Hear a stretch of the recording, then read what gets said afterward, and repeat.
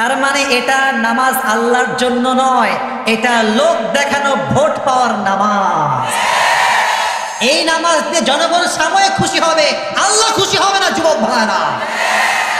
ওমর ফারুকের চরিত্র দেখেন আপনার সঙ্গে।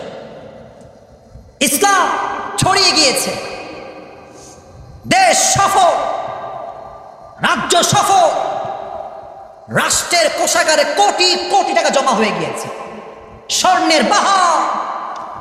কিন্তু তার জামা এখানে এক পট্টি, এখানে আর একটা পট্টি। সুবহানাল্লাহ, একটু জোরে সোরে পড়েন না।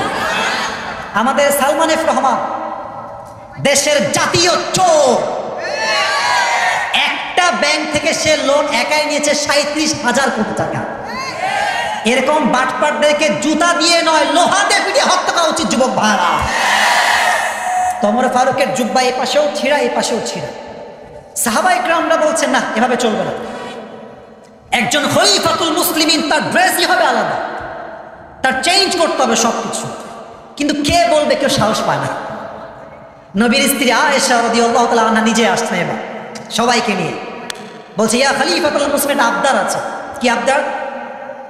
আপনার ড্রেসটা সুন্দর করলে ভালো হয়, একটা ভালো জুব্বা পরলে ভালো হয়, একটা সুন্দর ড্রেস পরলে আপনাকে দেখতে সুন্দর লাগবে।